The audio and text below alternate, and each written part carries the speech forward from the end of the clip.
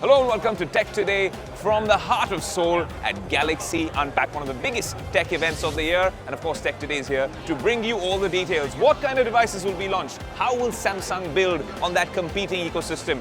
We are literally at Galaxy Unpacked. And let me tell you, Tech Today, of course, has been using those devices for a while, and we had exclusive access. And this is what we think about what's going to be launched right here.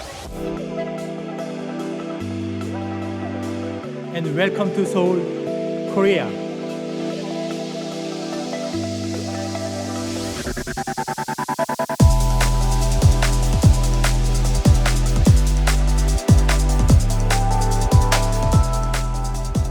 Annyeonghaseyo from Seoul, Korea. Hello and welcome to Tech Today. I'm your host Aayush Ailawadi, and we're coming to you from Seoul at Samsung Galaxy Unpacked. And it's time to unpack. Of course, it's that time of the year again when Samsung reveals their ecosystem with two flagship devices which are in my hand right now, the Flip5 and the Fold5. Now, usually the headline grabber happens to be the Fold5, and this one sort of, well, comes in and hides in between all the details. But let's give it its due importance this time because there's monumental changes with this device. Incremental here because the Fold was already a top dollar premium flagship. Yes, it had a great camera, the camera kept getting better. So there's incremental innovations. For example, better peak brightness. One major change is when you open and close the hinge, it's a lot smoother. These colors look nice as well. The camera has features from the S23 Ultra. That's because now it has a Snapdragon 8 Gen 2. So it comes with those capabilities which are in its flagship S23 Ultra, which will change come, well, February when the next S24 Ultra comes in. But for now, this can take on perhaps the iPhone 14 Pro Max from the Android world. And yes, guess what? It folds. It has a bunch of other features as well, of course, with Snapdragon 8 Gen 2. And yes, a better camera, the display is a little better, and the phone looks good. Honestly, a small iteration or a change from the previous Fold. But this time, they mean business with the Flip. Look, we were talking about it last week on Tech Today, how we've seen the evolution of flip phones in 2023. First came the Flip 4 with just a minimal notification, some selective widgets, and you didn't have that much functionality on the external cover display. But then came the Oppo Flip, which we got you live from the launch event in London. And after that came the Moto Razr 40 Ultra a couple of weeks ago, which has the biggest external display you've seen on a flip phone ever. Now, Samsung has really caught up, but it's not only about the size of the external display, it's also the functionality of this particular display. You can do a lot more things on it. You get a bunch of widgets as well, and it's a very smooth, intuitive UI. If you can actually use a flip device from this external cover display without even opening a flip device, it becomes a utilitarian, pragmatic option for you. So you're going to get the full review on Tech Today, but there's other devices launched as well. There is, of course, the S9 series, the tablet, very smooth 120Hz displays. I really think this is Samsung really taking the fight to Apple. They come with water and dust resistance, so does the S Pen. And we've had, well, an interesting first impression of this device, but again, we'll have to bring you a lot more once we have this not here in Korea, but back in the Tech Today studios in Mumbai. But flagship specs ready to take on the iPad Airs and the iPad Pros. Now when you talk about the watch, well, the Watch 6 and the Watch 6 Classic, if you look at these particular watches, and yes, I'm wearing an Apple Watch on this wrist, very premium. Now, I just want to be entirely sure about ECG functionality and AFib. Look, these are serious health and fitness features which Samsung watches have in different jurisdictions. But where will it come? Will it come to India? Well, we'll have to wait and see whether that sort of functionality comes to India as well. But very premium to look at, very premium to touch and feel. Honestly, this is an ecosystem which is worth exploring a lot more. And we've got you the first look here from Seoul, Korea. Obviously, you can tune in to the Tech Today website and our social media platforms for a whole lot more. But until then, I'm going to geek out here in Seoul and understand a little bit more about how Samsung's working on water resistance with these devices, how the durability of 200,000 folds, that would be maybe 100 folds a day, that would last you for 5 years theoretically. What does that mean in practice? All that and a lot more, but stay tuned to Tech Today. While Tech Today was present in Seoul for Samsung Galaxy Unpacked Korea, we also got an exclusive opportunity to catch up with Samsung Mobile Chief TM Rowe. Now, we spoke about foldables, innovation, and a whole lot more. But for that, you'll have to log on to the Tech Today website. That's www.techtoday.in. In a world where Threads is trying to take on Twitter, or shall I say X, more about that in the second half of the show, and where AI is the real buzzword. When all of these emerging technologies and trends are so prevalent around the world, there's a lot of questions before we get answers, especially about AI and what social media apps are doing, what kind of content moderation is needed, what kind of regulation is needed, taming the monster, the genie's out of the bottle, how do you put it back in there with the right safeguards? Well, Business Today likes to cover all the top stories and brings you those exclusive conversations here on Business Today and Tech Today. And Business Today's Rahul Kaval caught up with Meta's Nick Clegg and spoke to him on his India visit exclusively about all of these things and a lot more. Have a look.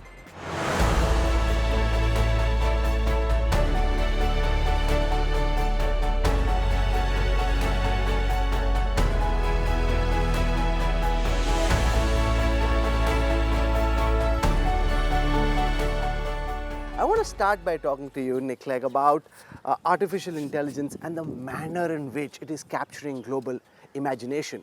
And the biggest question of them all, who should regulate artificial intelligence? At Meta, sitting where you are in your global perch, how are you looking at this key question? The first thing to say is AI is not new. It's been around for decades. There's a lot of hype at the moment around something called generative AI. Sure. Do you remember when ChatGPT burst onto the scene and you can ask it to write your school history essay or your wedding speech and it produces this beautiful text? And that, of course, has captured imagination. But I think it's somewhat obscured the reality that AI has been around for years. I mean, at Meta, for instance, we've been using AI for ages. Anything you see on Facebook or Instagram has in one way or another been touched by AI already. I think how to regulate them is a question of first working out what harms and problems you're trying to deal with. Is it intellectual property and copyright? Is it misinformation? And then ask yourself whether the current laws we have on the statute book are sufficient or not. And I suspect it'll be a mixture of the two. Some of the existing laws we have will be able to be applied to AI, and some new laws will be required. I hope, this is my hope, that as those new laws develop, they're developed as internationally as possible. Because this technology, it's very important to remember, this technology is bigger than any country, bigger than any company, so it needs to be dealt with together. But when it comes to international regulation, different countries seem to be proceeding at different speeds. Yeah. In Europe, we're already seeing a far more robust regulatory framework than there is in the United States and even in India.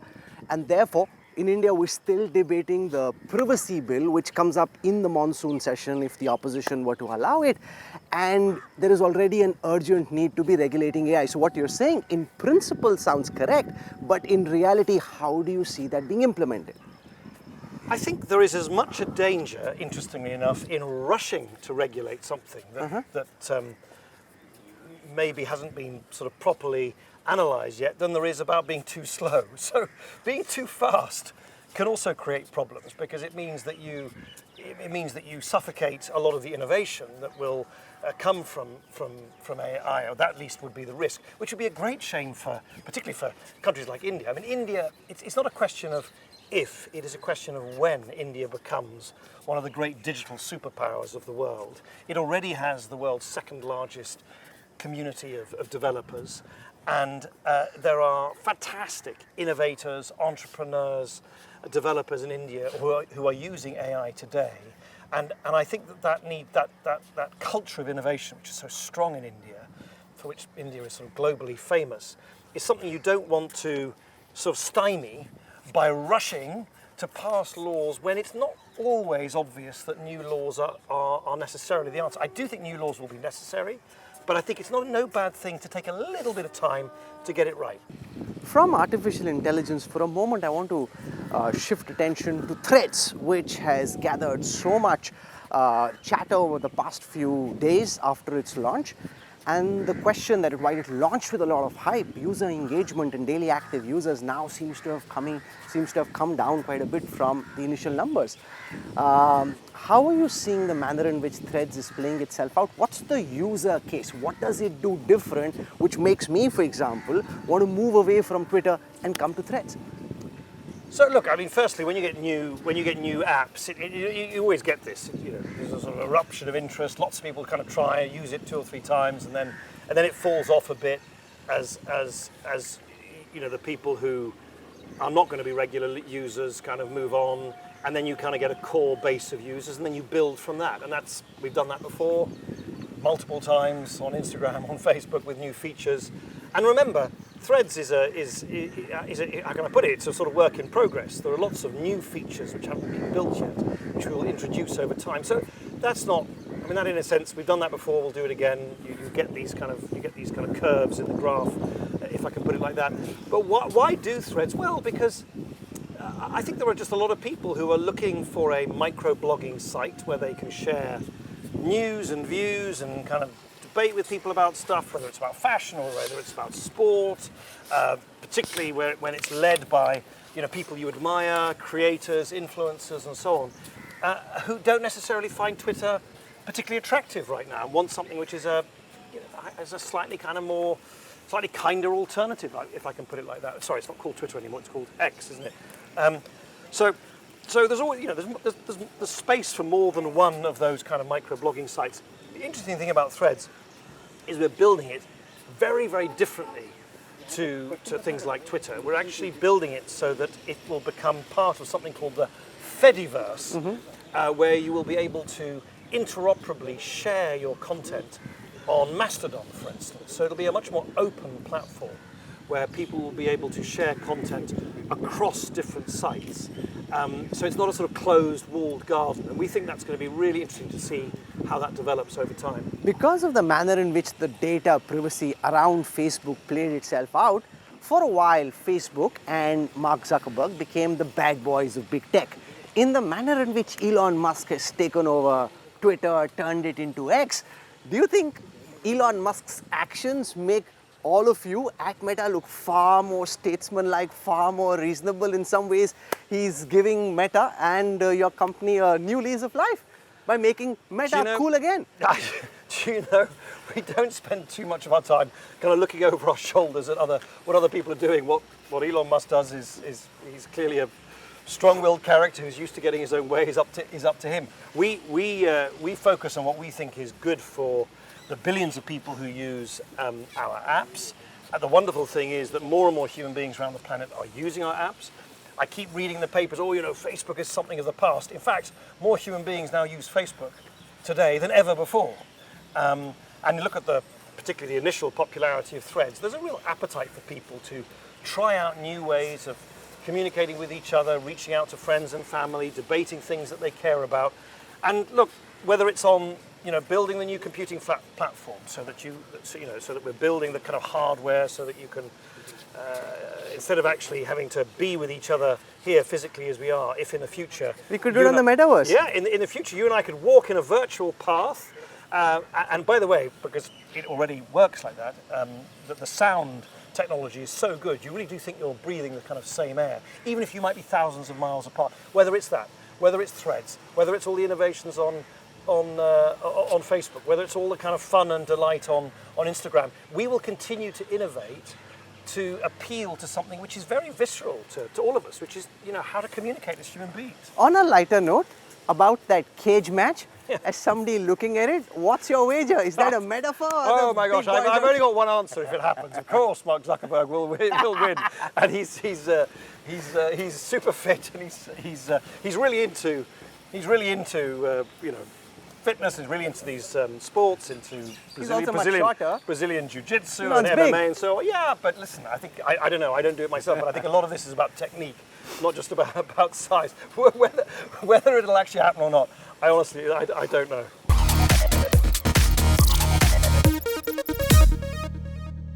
Now, the sole surprise has already been revealed on the show. But the show's gone global yet again, and putting Tech Today on the map means we have to bring you all the latest from the world of technology. Now, you've seen a huge chunk of it in the first half, but what if I told you Elon Musk has been up to a lot of things when it comes to the Bluebird and Twitter? Is the Bluebird, well, a thing of the past? What is this whole rebranding exercise all about? Well, here's a Tech Today special report.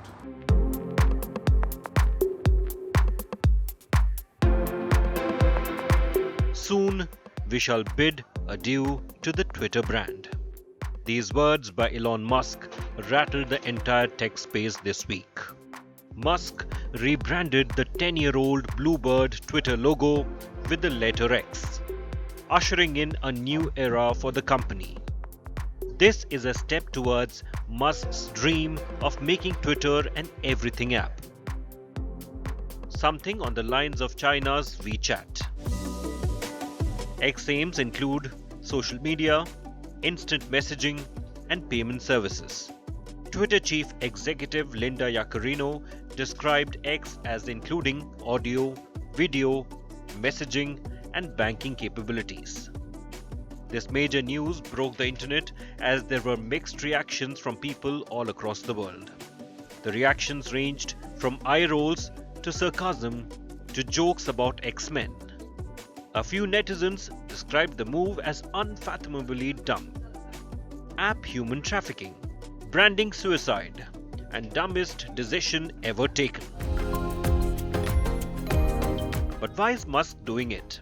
Well, the tech billionaire has an affinity for the letter X that goes back to 1999, when he founded an online banking startup called X.com. This later merged with another company that eventually became PayPal. He repurchased the URL x.com in 2017 that now directs visitors to Twitter. SpaceX, Tesla Model X, naming his son and the AI chatbot XAI are proof of Musk's X obsession. No wonder then he was waiting to change the Twitter logo too. For now, no new features have been announced after the brand logo change. However, just like Twitter paid service, Musk has always been about create the hype and deliver much later. Twitter CEO has told the company employees that they are writing history with the new transition. While Twitter or X does sound ambitious at the moment, it is also struggling to attract advertisers. The company will also have to look at getting better staff and infrastructure, which is a difficult ask at a time when it is buried under multiple lawsuits regarding unpaid bills and layoffs. Was rebranding Twitter a smart move by Elon Musk, or is it just a stupid decision? Well, the verdict is still out on that, but we do know that it is finally time to bid farewell to the beloved Twitter Bluebird.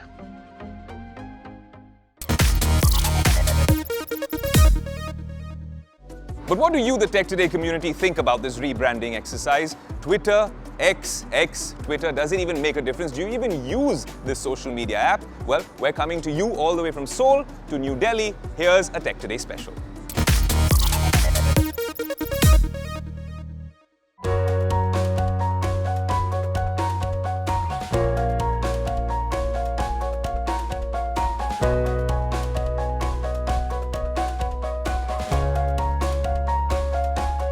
Yes, I'm completely aware about it. Twitter has changed his name to X. Yeah, I have heard that. Yeah, I know. Yeah, I just read yesterday. Yes, I do, but sometimes I'm not that active, but I do use it. Yeah, frequently I use it. No, actually not. I use Twitter like 2 hours or 2.5 hours daily. Yeah, sometime. Not frequently, but sometime. Around 2 hours, 1 hour. Probably half an hour a day. Approx 1 hour. Competition is definitely there because as we already know that Instagram has a lot of public already, and you know already that I think in 1 week only they have touched a very big milestone on Thread. Yes, I do feel like that. It is actually Thread is actually a competition to Twitter. This is how Threads is introduced. Somewhere I really think that Elon Musk is actually trying to project Twitter as a way more good product. Elon Musk is putting all his subsidiaries, all the companies in the umbrella of X, like SpaceX. It's a part of rebranding for himself. Like he owns Twitter now. There has been an evolution of the logo, but completely changing it to X is something that he wants as a brand entity, I guess. I think previously Twitter was an open platform for everyone. You can just go and share your views. But right now I think that he just want to manipulate everything. To stay in the market, that's what I think. Basically, I think the main focus was to shift public to Twitter. Well, what do you think about our surprise from Seoul? Did you like the show? More importantly, this was a big foldables launch, of course, in the tech world. But what's the next big foldables launch going to be all about? And you also let us know in our comment section below, or you can write into us, of course, on any of our social media handles and tell us what the next big foldables launch will be and which part of the world will it take Tech Today to. Well, I'm going to say only one thing, that we enjoy getting this show and putting it together for you from different parts of the world. Until next week, I'm going to say gamsaeo and adios. If you like the video, do like, comment, share and subscribe.